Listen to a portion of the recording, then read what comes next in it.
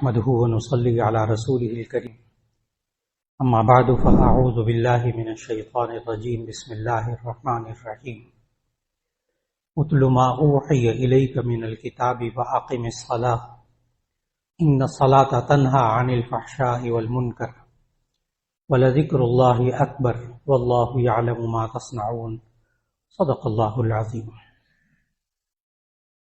اللہ رب العزت نے ہمیں زندگی گزارنے کے لیے جو اصول بتائے ان کا ذکر گزشتہ ملاقاتوں میں چل رہا تھا۔ ان اصولوں میں سے ایک اصول اللہ نے ہمیں قرآن مجید کے اندر سکھایا کہ انسان اپنے اندر حیا پیدا کرے اور بے حیائی سے بچے۔ آج انسان اپنی زندگی تو بحیثیت ماں کے بحیثیت باپ کے گزار لیتا ہے، لیکن جب ہمارے نوجوان نسل کے اندر ہم بے حیائی کے کام دیکھتے ہیں اور ان کے اندر شرم و حیا کو نہیں پاتے تو اس وقت ماں باپ فکر مند ہوتے ہیں۔ لیکن کون سی حدود بے حیائی کی ہوتی ہیں، کون سی حدود حیا کی ہوتی ہیں، اس کو آج ہم بڑوں کے ذہنوں میں اس بات کا واضح ہونا بہت ضروری ہے۔ بسا اوقات کہا جاتا یہ جملہ کہ جی بے حیائی کی تعریف کیا ہے، بے حیائی کی ڈیفینیشن کیا ہے۔ کوئی کسی چیز کو بے حیائی سمجھتا ہے، کوئی ایک چیز کو بے حیائی نہیں سمجھتا۔ تو ایسی صورت میں ہم کیسے ایک لکیر لگائیں درمیان میں کہ یہ کہا جائے کہ جناب یہ بے حیائی ہے اور یہ بے حیائی نہیں ہے۔ اور پھر جب ہم حیا کا ترجمہ شرم کرتے ہیں، عام طور پر یہی کہتے ہیں، لیکن ذہنوں میں حیا کی تعریف نہیں ہوتی، اور بسا اوقات ہم کہتے ہیں کہ یہ بچہ بڑا شرمیلا ہے۔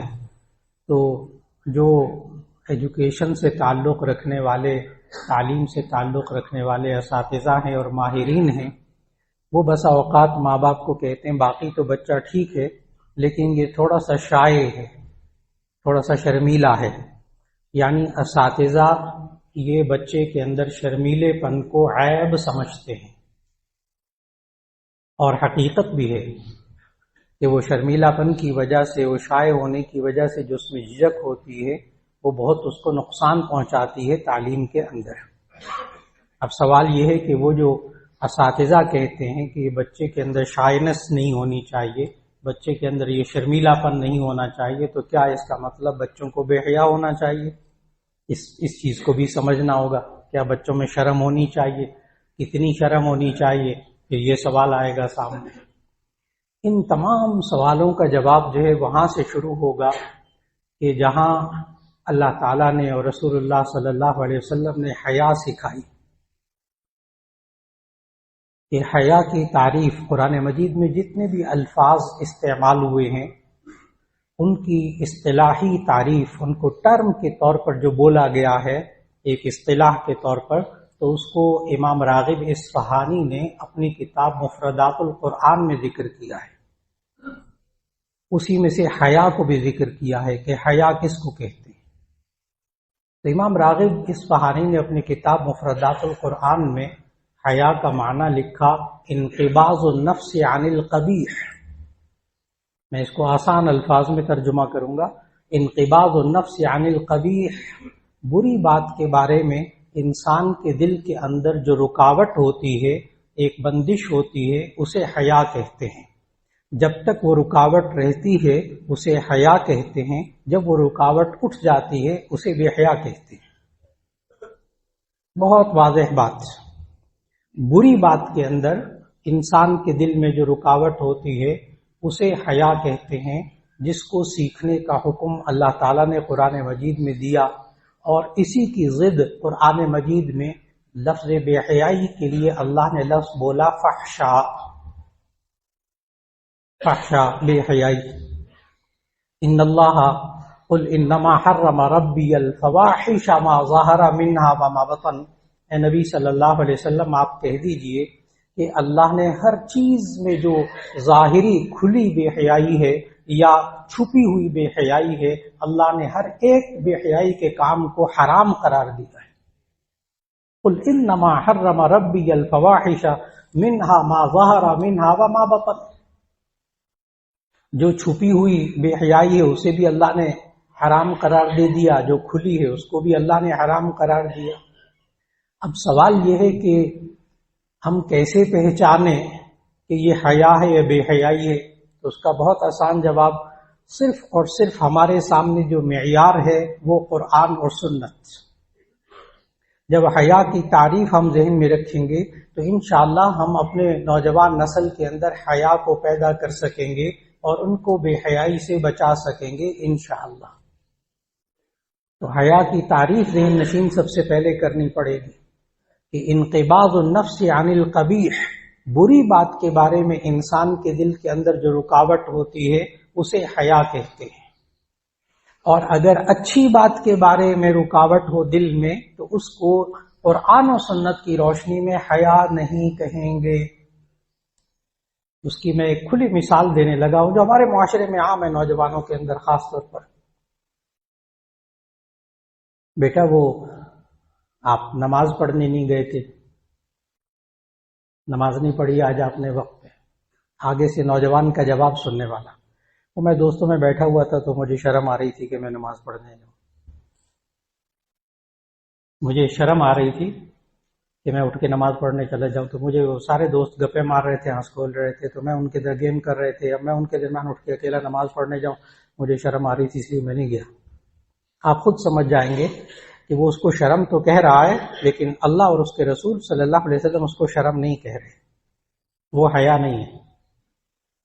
اگلی مثال دینے لگا ہوں جس سے ایک دم حیا اور بے حیائی میں آپ کو فرق سمجھ میں آئے گا کہ ہمارے معاشرے میں حیا کا کانسیپٹ، حیا کی سوچ قرآن و سنت سے کتنی بگڑ گئی ہے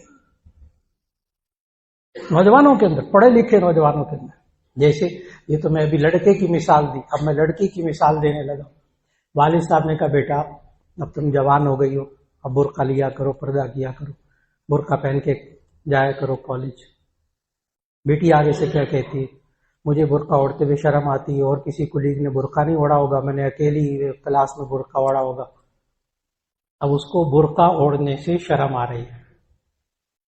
یہ جملے ہیں ہماری نوجوان بچیوں کے، جب آپ ان کو کوئی نیک کام کہیں تو وہ آگے سے کہتے مجھے اس سے شرم آ رہی ہے، یعنی برقع اوڑھنے سے شرم آ رہی ہے۔ آپ فوراً سمجھ گئے کہ یہ شرم و حیا قرآن و سنت کے مطابق نہیں۔ اسی طرح اب وہ جو تعلیمی شائنس تھی یا تعلیمی شرمیلا پن تھا، اب اس کی مثال دینے لگا ہوں۔ بچہ جو ہے وہ اپنے استاد کو سبق نہیں سنا رہا تھا، تو وہ کہنے لگا کہ استاد نے کہا کہ اس کے اندر نا شائنس بہت ہے، یہ یاد تو کر لیتا ہے، ذہین ہے، لیکن مجھے سبق نہیں سنا پاتا، اس کے اندر ایک جھجک ہے، اس کے اندر شرم ہے۔ اب آپ فوراً سمجھ گئے کہ یہ شرم بری ہے، یہ شرم بری ہے کہ آپ سبق نہیں سنا پا رہے۔ اسی طرح کوئی بندہ کہتا ہے کہ آپ جائیں نا، جا کر وہاں ان سے بات کریں، جا کر ان کو سبق سنائیں، جا کر یہ لیکچر ڈیلیور کریں۔ کوئی بچہ پڑھ لیتا ہے تو اس کو کہا جاتا ہے کہ جی آپ پریزنٹیشن پیش کریں، آپ تمام طلباء کے سامنے، اساتذہ کے سامنے اپنی بات جو کہنی ہے وہ کہیں۔ تو آگے سے وہ نوجوان کیا کہتا ہے، کہتے مجھے شرم آتی ہے ان سب کے سامنے بات کرتے ہوئے۔ اب آپ فوراً سمجھ گئے کہ یہ شرم بری ہے، یہ وہ شائنس ہے جو تعلیم کے اندر، ایجوکیشن کے اندر انسان کو نقصان پہنچاتی ہے۔ شرم کا تصور ذہن میں رکھنا ہوگا، پھر وہی تعریف، پھر اس کی تعریف کی طرف واپس آنا ہوگا کہ شرم کہتے ہیں انقباض النفس عن القبیح، بری بات کے بارے میں انسان کے دل کے اندر جو رکاوٹ ہوتی ہے اس کو حیا کہتے ہیں۔ اب میں اس کو ہماری زندگیوں کے اندر جو پریکٹیکل ہوتا ہے نا اس کو اب سمجھنا ہے ایک مثال کے ذریعے۔ ایک نوجوان ماشاءاللہ قابل ہو جاتا ہے، پڑھ لکھ لیتا ہے، ڈگریاں لے لیتا ہے، اس کے بعد اس کو جاب ملتی ہے، وہ ایک سیٹ پہ پہنچتا ہے، وہ سیٹ ایسی ہے کہ جہاں رشوت چلتی ہے۔ اب اس کی تقرری ہو گئی اور جناب کوئی بندہ کیس لے کر آیا تو انہوں نے کہا ٹھیک ہے، بالکل ٹھیک ہے، آپ اس کے یہ کاغذات ساتھ لگائیں اور فائل پوری کریں اور پھر اس کے بعد آپ انتظار کیجیے، انشاءاللہ پروسیس میں تھرو پراپر چینل یہ کام ہو جائے گا۔ یہ اب پڑھا لکھا ہے، سیٹ پہ بیٹھا ہے، بڑے عہدے پہ ہے۔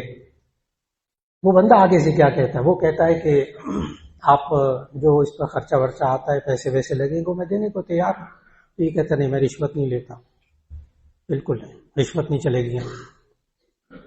یہاں تک کہ وہ بہت اصرار کرتا ہے، میں مختصر کرنے لگا ہوں بات کو، یہاں تک کہ بہت اصرار کرتا ہے، وہ پیسے دیتا ہے اس کو تو یہ کئی دفعہ انکار کرے گا، اور جب وہ دے بھی دے گا تو وہ ادھر ادھر دیکھے گا کہ کوئی دیکھ تو نہیں رہا مجھے رشوت لیتے ہوئے، اور جب لے کر جیب میں بھی رکھ لے گا تو گھر جا کر بھی اور کئی دنوں تک اس کو پسینے چھوٹتے رہیں گے کہ پتہ نہ چل جائے کسی کو کہ میں نے رشوت لی ہے. دیکھیے کتنی رکاوٹ ہے اس کے دل کے اندر اس رشوت کے بارے میں. لیکن وہ سیٹ پہ بیٹھتا ہے، کافی وقت گزر جاتا ہے، 3-4 سال 5 سال گزر گئے، وہ سیٹ بھی ایسی تھی، ماحول بھی ایسا تھا، اور وہ رشوت لینے کا عادی ہو گیا. اب یہی والا بندہ 4-5 سال کے بعد اس کے پاس جاتا ہے اور کہتا ہے میرا کام کر دیں، تو سارے آفس میں لوگ بیٹھے ہوئے ہیں اور وہ بندہ بھی بیٹھا ہوا ہے، تو وہ کھل کر کہتا ہے جی اتنا لگے گا پھر آپ کا کام ہو جائے گا. سب کے سامنے کھل کر کہتا ہے، ہمارا معاشرہ سب کے سامنے کھل کر کہتا ہے کہ جی اتنا دے دے تو ہو جائے گا کام آپ کا. اب آپ نے اسی ایک بندے کی ان دو حالتوں کو دیکھنا ہوگا. پہلے اس کے اندر رشوت کے بارے میں انقباض تھا، ایک رکاوٹ تھی، یعنی اس گناہ کے بارے میں اس کے اندر حیا تھی. اور جب آہستہ آہستہ آہستہ آہستہ اب اس میں آپ نے پروسیس کو بھی سمجھنا ہے کہ آہستہ آہستہ اس کو عادت پڑ گئی نا اس گناہ کی، تو ایک وقت ایسا آیا کہ وہ گناہ کو گناہ ہی نہیں سمجھ رہا. 10 بندوں کے سامنے بیٹھ کے آفس میں کہتا ہے دیں گے تو کچھ ہوگا. کیا ہوا؟ اب حیا نہیں رہی، اب رشوت لینے کے بارے میں اس کے اندر حیا نہیں رہی. اس سے ہمیں حیا پیدا کرنے کا اور حیا ختم ہونے کا فلسفہ بھی سمجھ میں آ گیا. جب انسان گناہ سے اپنے آپ کو بچاتا ہے اور بچنے کی کوشش کرتا رہتا ہے، اللہ تعالیٰ اس کے اندر اس گناہ کے بارے میں حیا پیدا رکھتے ہیں. اب ہم اپنے بچوں کو کیسے حیادار کیسے بنائیں کہ ان کو گناہ کی عادت نہ ڈالیں، گناہوں سے روکیں. بیٹا یہ غلط بات ہے، یہ جھوٹ ہے، یہ چوری ہے. پہلے بچوں کے اندر چوری کرنے، جھوٹ بولنے کے بارے میں ایک رکاوٹ ہوتی ہے. جب وہ عادی ہو جاتے ہیں وہ کہ مسئلہ ہی کوئی نہیں، مسئلہ ہی کوئی نہیں ہے. تو جھوٹ بولنا، خیانت کرنا، چوری کرنا، باپ کے پیسے لینا اور ادھر ادھر پیسے کر دینا، فلاں کر دینا، کوئی مسئلہ ہی نہیں ہے. کیوں؟ اب اس کے اندر وہ حیا نہیں رہی اس چیز کی. ہم نے بڑے غور سے اس بات کو سمجھا کہ حیا کیا چیز. جس بات کو اللہ اور اس کے رسول صلی اللہ علیہ وسلم نے حرام قرار دیا ہے، یہ بندہ اگر اس کے اندر دل کے اندر اس کے بارے میں رکاوٹ نہ رہے تو اس کو بے حیائی کہتے ہیں، اور جب تک وہ رکاوٹ ہوگی اسے حیا کہتے ہیں. نبی صلی اللہ علیہ وسلم نے اس معاشرے کے اندر یہ ایمان پر محنت کی. بہت اچھی طرح ذہن میں رکھیے گا کہ حیا کا تعلق ایمان کے ساتھ ہے. یہ بات نبی صلی اللہ علیہ وسلم نے سمجھائی ہے. الحیاء شطر الایمان، اور ایک حدیث میں ہے الحیاء نصف الایمان، کہ حیا ایمان کا حصہ ہے. آدھا ایمان کیا ہے؟ حیا. آدھا ایمان حیا. ایمان کیا؟ یہ اللہ نے روکا ہے، اللہ اور اس کے رسول نے منع کیا، یہ میں نے نہیں کرنا. ایمان ہے نا، ایمان ہے. میں نے پھر عرض کیا کہ حیا کا تعلق ایمان کے ساتھ، اس لیے کہ حیا کہتے بری بات کے بارے میں انسان کے دل کے اندر رکاوٹ ہو اسے حیا کہتے. اور بری بات کیا ہوتی ہے؟ جس کو اللہ اور اس کے رسول صلی اللہ علیہ وسلم نے برا کہا. اپنی سوچ نہیں، اپنی سوچ نہیں. اور یہ حیا ایمان کا حصہ ہے. اگر کوئی انسان کوئی گناہ کا کام بار بار دیکھے، گناہ کی بات بار بار سنے، گناہ کی بات بار بار کرے، آہستہ آہستہ اس کے اندر سے وہ رکاوٹ ختم ہو جاتی ہے. یہ میں نے عرض کیا رکاوٹ کیسے ختم ہوتی ہے. جب انسان بار بار سنتا ہے، غیبت سننے کی عادت ہو گئی تو لگتا ہی نہیں ہے کہ یہ غیبت ہے. جھوٹ بولنے کی عادت ہو جائے تو گناہ ہی نہیں سمجھتے جھوٹ بولنا. گالی دینے کی عادت ہو جائے تو گالی دینا گناہ ہی نہیں سمجھتے. اگر خیانت کرنے کی، کرپشن کرنے کی عادت پڑ جائے تو کرپشن کو گناہ ہی نہیں سمجھتے، رشوت لینے کو گناہ نہیں سمجھتے، عادت پڑ جائے.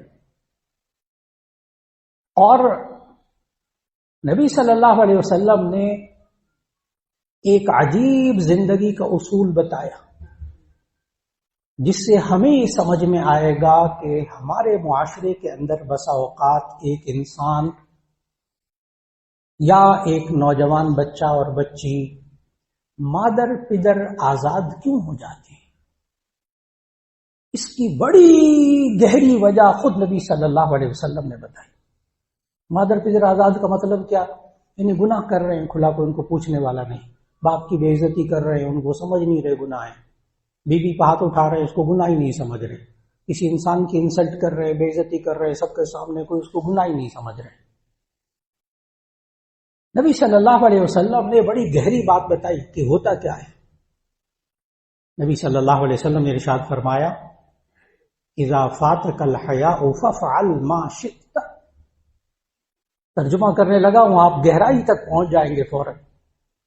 یہ ہماری نوجوان نسل بسا اوقات مادر پدر آزاد کیوں ہو جاتی ہے، یعنی گناہ کرتے ہیں، اس گناہ کو گناہ نہیں سمجھتے، کیوں؟ نبی صلی اللہ علیہ وسلم نے فرمایا اذا فاتك الحیاء فافعل ما شئت، جب حیا فوت ہو جائے، حیا نہ رہے تو پھر جو جی چاہے کر۔ اذا فاتك الحیاء فافعل ما شئت، جب حیا نہ رہے پھر جو جی چاہے کیجیے، کیوں؟ اندر رکاوٹ نہیں رہی اس گناہ کے بارے میں، اندر رکاوٹ نہیں رہی۔ جب انسان اس گناہ کو گناہ نہیں سمجھے گا تو ایسی صورت کے اندر جب اس میں رکاوٹ نہیں رہے گی تو وہ تو کھلے عام کرے گا، کیونکہ اس کو گناہ نہیں سمجھ رہا۔ آج وقت کی بہت بڑی ضرورت، اس کا علاج کیا؟ بچپن سے ہم گھروں کے اندر ماحول بنائیں، بیٹا یہ غلط، یہ صحیح، یہ اچھا کام، یہ برا کام، یعنی آسان الفاظ میں اگر ہم نئی نسل کے سامنے اچھائی اور برائی میں تمیز رکھ دیں نا، اس کے اندر اتنی صلاحیت پیدا کر دیں کہ اچھائی اور برائی میں اس کے اندر تمیز پیدا ہو جائے، تو ایسی صورت میں انشاءاللہ العزیز اللہ ان کو بے حیائی کے کاموں سے روکے رکھے گا انشاءاللہ۔ اور اس کے لیے ایک تو یہ طریقہ کہ بار بار روکتے رہے، ٹوکتے رہے، بار بار، بڑے بھی ہو جائیں تب بھی سمجھاتے رہے، لگاتار عمل ہے زندگی کا۔ اور اس کے لیے میں نے شروع میں جو آیت پڑھی 21ویں پارے کی پہلی آیت، جب اپنے بچوں میں، اپنی نوجوان نسل میں خود انسان اپنے اندر حیا پیدا کرنا چاہے تو اس کے لیے اللہ نے اصول ایک طریقہ بتایا، بہت آسان سا طریقہ، اتل ما اوحی الیک من الکتاب واقم الصلاۃ ان الصلاۃ تنہی عن الفحشاء والمنکر۔ یہ جو کتاب آپ کے سامنے نازل کی گئی ہے اسے تلاوت کیا کیجیے۔ نمبر 1 تلاوت کیا کیجیے۔ تلاوت کرنے سے کیا ہوتا ہے؟ انسان کے دل کا زنگ دور ہوتا ہے۔ جب دل کا زنگ دور ہوتا ہے انسان پہچان پاتا ہے یہ اچھی بات ہے، یہ بری بات ہے۔ ایک تلاوت کلام پاک کی عادت ڈالے، بچوں میں بھی بچیوں میں بھی۔ نمبر 2 ان الصلاۃ تنہی عن الفحشاء والمنکر، اسی آیت میں 21ویں پارے کی پہلی آیت، اس میں اللہ نے 2 کام بتائے بس، تلاوت کلام پاک اور ایک نماز پابندی سے پڑھنا، کہ نماز انسان کو بے حیائیوں برائیوں سے روکتی ہے۔ اللہ ہمارے اندر بھی، ہمارے معاشرے کے اندر بھی حیا کو پیدا کرنے کی توفیق عطا فرمائے، نئی نسل کے اندر سے اللہ بے حیائی کو ختم کرنے کی توفیق عطا فرمائے۔ وآخر دعوانا ان الحمد للہ۔